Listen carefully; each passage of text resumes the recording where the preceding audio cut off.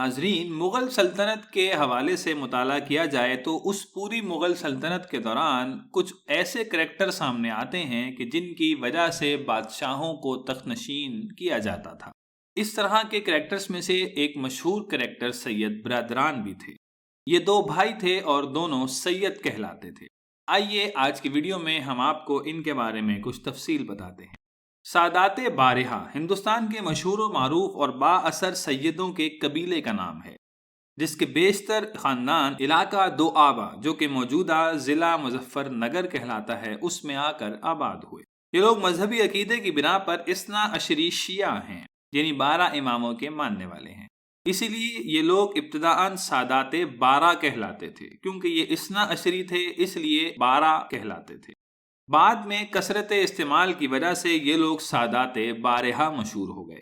جب سلطان محمود غزنوی رحمۃ اللہ تعالی علیہ نے ہندوستان کے مزید علاقوں پر قبضے کا ارادہ کیا تو اپنی اس اہم مہم میں واسط یعنی عراق سے تعلق رکھنے والے سادات بارہا کے مورث اعلیٰ سید عبداللہ حسن المعروف ابو الفرا واسطی کو بلایا، جس نے اپنی اولاد سمیت سلطان محمود غزنوی کی آواز پر لبیک کہا اور پورے عزم و حوصلے کے ساتھ ہندوستان حاضر ہو کر لشکر کے ساتھ حملہ آور ہوا۔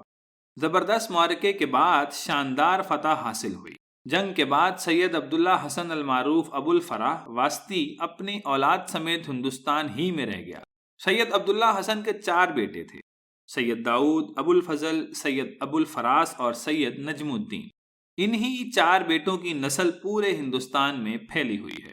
سادات بارہا کو ہمیشہ مغلیہ لشکر کے اگلے لشکر میں یعنی ہر اول دستے میں تعینات کیا جاتا تھا، اور یہ حق ان کی میراث بن چکا تھا۔ تمام مغلیہ دور حکومت کے اکثر جنگوں میں اس قبیلے کے افراد نے بے خوف ہو کر حصہ لیا اور مغل سلاطین کے پیش نظر پیچیدہ مہمات کو اپنی بے پناہ صلاحیت اور اپنا قیمتی خون بہا کر سر کیا۔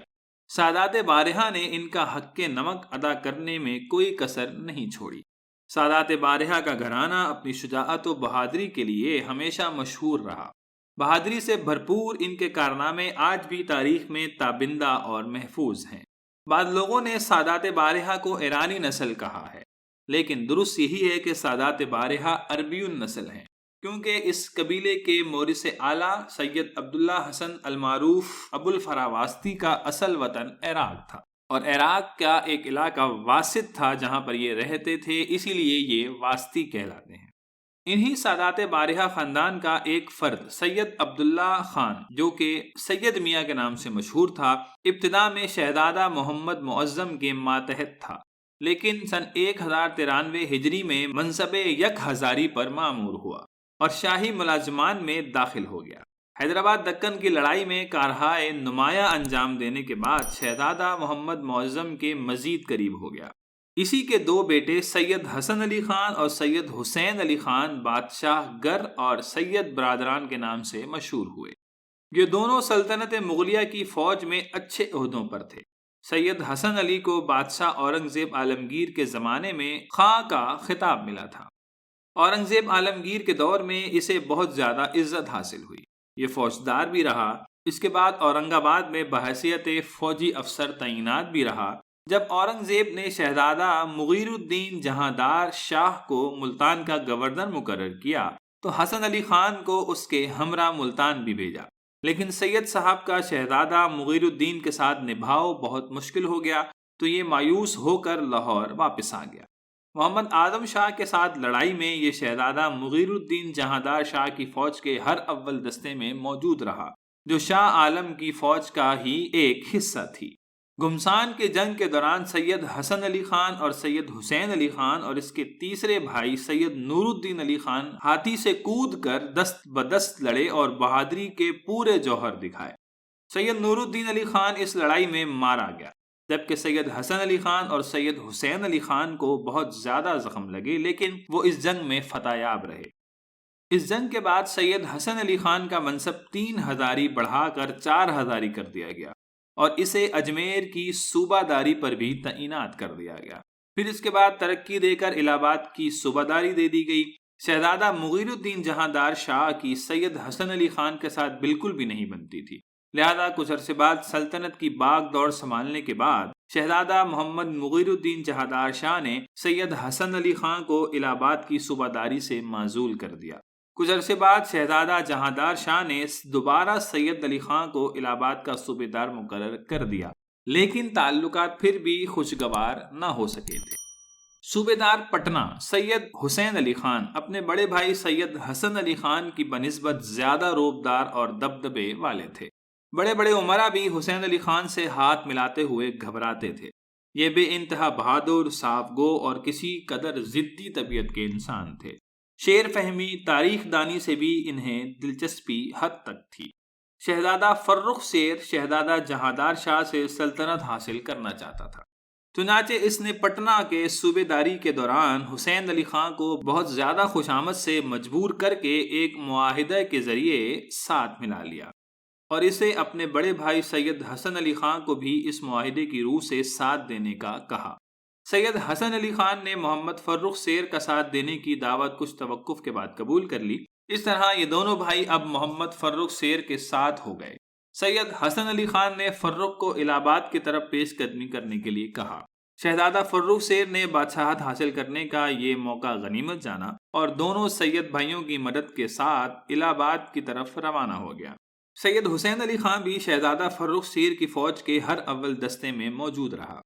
شہزادہ جہاندار شاہ اپنے بڑے بیٹے غیر الدین کو خواجہ حسین خان کے ہمراہ دلی سے شہزادہ فرخ سیر کے مقابلے کے لیے روانہ کرتا ہے۔ غیر الدین نے کھجوا نامی علاقے پہنچ کر اپنا پڑاؤ ڈال دیا، جو کہ الہ آباد کے قریب ہی تھا، اور اپنے دشمن شہزادہ فرخ سیر کا انتظار کرنے لگا۔ جیسے ہی فرخ سیر کی فوج کھجوا کے نزدیک پہنچی، غیر الدین گھبرا کر بغیر کسی مقابلے کے رات کے وقت وہاں سے بھاگ نکلا۔ حالانکہ اس وقت فرخ سیر کی فوج میں کافی بے ترتیبی تھی اور جنگی سامان بھی ضرورت کے مطابق موجود نہیں تھا، لیکن پھر بھی فرخ سیر کی فوج نے غیر الدین کے اجڑے فوجی کیمپ پر اپنا تسلط قائم کر کے تمام فوجی سامان اپنے قبضے میں کر لیا اور اکبر آباد یعنی آگرہ کی طرف روانہ ہو گیا۔ فرخ سیر کی آگرہ کی طرف پیش قدمی کی خبر سن کر جہاندار شاہ اس کا مقابلہ کرنے کے لیے آگرہ کی طرف روانہ ہوتا ہے۔ فرخ سیر اور سید حسن علی خان نے دریائے جمنا کو پار کیا۔ اس وقت پریشانیوں کے باعث بہت کم فوجی فرخ سیر کے ساتھ رہ گئے تھے، لیکن پھر بھی سید حسن علی خان نے فرخ سیر کے ساتھ اپنے وعدے کو نبھانے کے لیے ثابت قدمی دکھائی اور اس کی ہمت بدستور بندھانے کی کوشش کی۔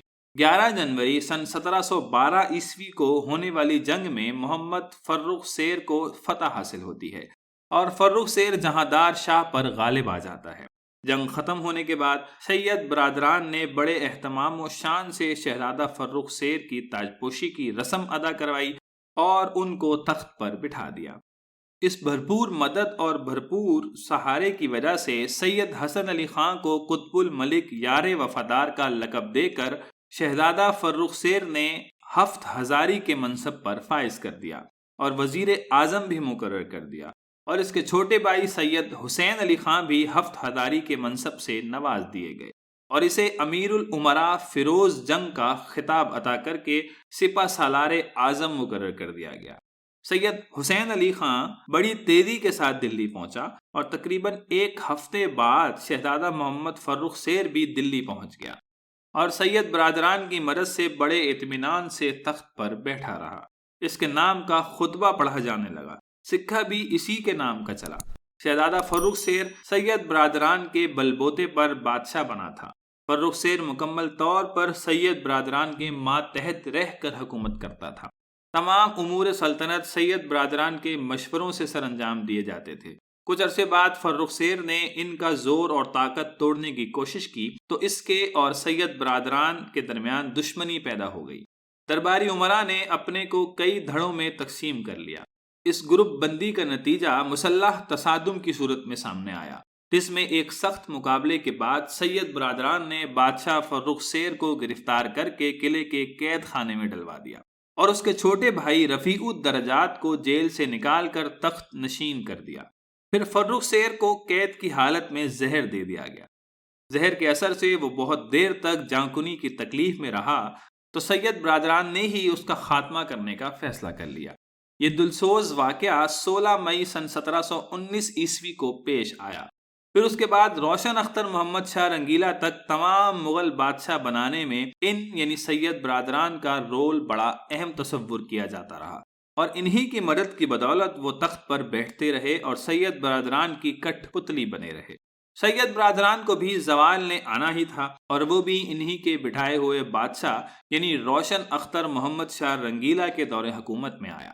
جب نظام الملک آصف جاہ کو مغل دربار میں بادشاہ کے کٹ پتلی ہونے اور اس کی بے بسی اور مجبوری کا علم ہوا تو بہت دل برداشتہ ہوا، اور اس نے ہر حال میں بادشاہ محمد شاہ رنگیلا کی مدد کرنے کا فیصلہ کر لیا۔ اس مقصد کے لیے اس نے تیاریاں شروع کر دیں اور تاج دلی کی سابق عظمت کو بحال کرنے کے لیے دلی کا رخ کر لیا۔ نظام الملک آصف جاہ کے ارادوں کی اطلاع سید بھائیوں کو ہوئی تو وہ بہت پریشان ہوئے اور اس کا مقابلہ کرنے کے لیے جوابی تیاریاں شروع کر دی۔ غلام علی خان اور عالم علی خان کی قیادت میں 2 مضبوط دستے نظام الملک آصف جاہ کو روکنے کے لیے بھیج دیے گئے۔ برہان پور کے قریب ان کا نظام الملک کے ساتھ زبردست مقابلہ ہوا۔ اس مقابلے میں نظام الملک آصف جاہ کو فتح ہوئی، جس سے اس کے حوصلے مزید بلند اور ارادے میں مزید استقلال آ گیا، اور بالآخر دوران جنگ ستمبر سن 1720 عیسوی کو امیر الامراء سید حسین علی خان کو قتل کر دیا گیا اور جنگ میں سادات بارہا کی فوج کو شکست ہو گئی۔ چھوٹے بھائی سید حسین علی خان کے قتل اور سادات کی شکست کی خبر سید حسن علی خان کو دلی پہنچنے سے پہلے راستے ہی میں مل گئی۔ اس سے سید حسن علی خان بہت زیادہ دل برداشتہ ہوا اور اسے سادات بارہا کے زوال کا یقین ہو گیا۔ ان سب باتوں کے باوجود بھی اس نے حوصلہ نہیں ہارا اور دلی میں جا کر جوابی کارروائی کے لیے تیاریاں شروع کر دیں۔ اس نے اپنے اس اقدام کو آئینی حیثیت دینے کے لیے رفیع الشان کے بیٹے شہزادہ محمد ابراہیم کو ابو الفتح ظہیر الدین کے لقب سے 15 اکتوبر سن 1720 عیسوی کو دلی میں تخت نشین کروا دیا اور ایک بہت بڑی فوج کے ساتھ آگرہ کی طرف روانہ ہوا۔ 16 نومبر سن 1720 عیسوی کو جنگ کا بازار گرم ہوتا ہے۔ 2 دن تک انہوں نے آپس میں خوب مقابلہ کیا، لیکن آخرکار سادات بارہا کو اس جنگ میں بھی ناکامی ہوئی اور سید حسن علی خان کو گرفتار کر لیا گیا۔ بعد میں اس نے قید خانے میں خودکشی کر لی۔ یوں اس طرح سے مکمل طور پر سادات بارہا کی حکمرانی اور چال بازی کی ایک طویل داستان کا خاتمہ ہوتا ہے۔ تو ناظرین، یہ ویڈیو آپ نے سنی، اگر آپ کو پسند آئی ہو تو اس کو لائک کیجئے، کمنٹ کیجئے، شیئر کیجئے اور ہماری اگلی ویڈیو میں ہمارے ساتھ دوبارہ ملاقات کیجئے، اور جاتے جاتے ہمارے چینل کو سبسکرائب کر جائیے۔